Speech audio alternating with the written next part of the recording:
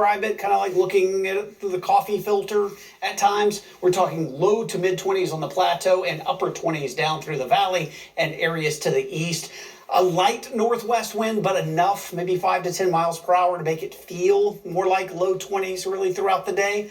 But again, we just have some high clouds. Big dome of high pressure is so strong. We talked about this last week. It's going to keep most of the moisture with this next system to the south, but still impressive to see snow in places like New Orleans, all the way down through the Florida panhandle for tomorrow. And that's going to stretch all the way up through the Carolina beaches as well. This high pressure, though, clears us out later Tuesday night. That's why I think Wednesday morning will be the coldest morning we see of this stretch. But that's some impressive snow totals going on. Baton Rouge and Hattiesburg, Mobile, between about 2 to 4 inches. Panama City up to Albany, maybe 4 to 8. That's incredibly impressive for areas that don't have a lot of snow removable equipment, if any at all. So travel will definitely be impacted. Areas to the south and to the east, even New Bern, North Carolina, maybe between 4 to 8 inches of snow as well. So I mentioned Wednesday morning, the coldest morning we're expecting. Single digits for just about everybody. A few could be close to 0. Look at Barberville at 1 and Jamestown and Crossville at 2. Wednesday afternoon, we're close to freezing, right around 32.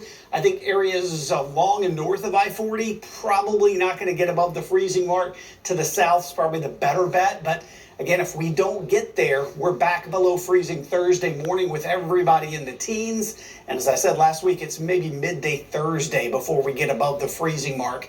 Around 40 in Knoxville for a high, 39 Maryville, 40 in Kingston, and upper 30s on the plateau under a mix of sun and clouds. So for tonight, those high clouds will build, but staying dry. We're talking temperatures down to about 14 degrees, light northeast winds. And for tomorrow, staying chilly, only about 27. I call it mostly cloudy, but again, it's filtered sunshine is probably the best way to describe it. And don't be surprised if there are just some random flurries, especially over towards the Smokies, as that storm system moves to our south, but no impacts from that other than the high clouds and a few random flurries. Cold again, very frigid start at 8 on Wednesday morning, 32 by the afternoon, and then as we go through the rest of the week, squeezing out a few flurries as cloud cover comes in ahead of a cold front on Friday. No real concerns with that.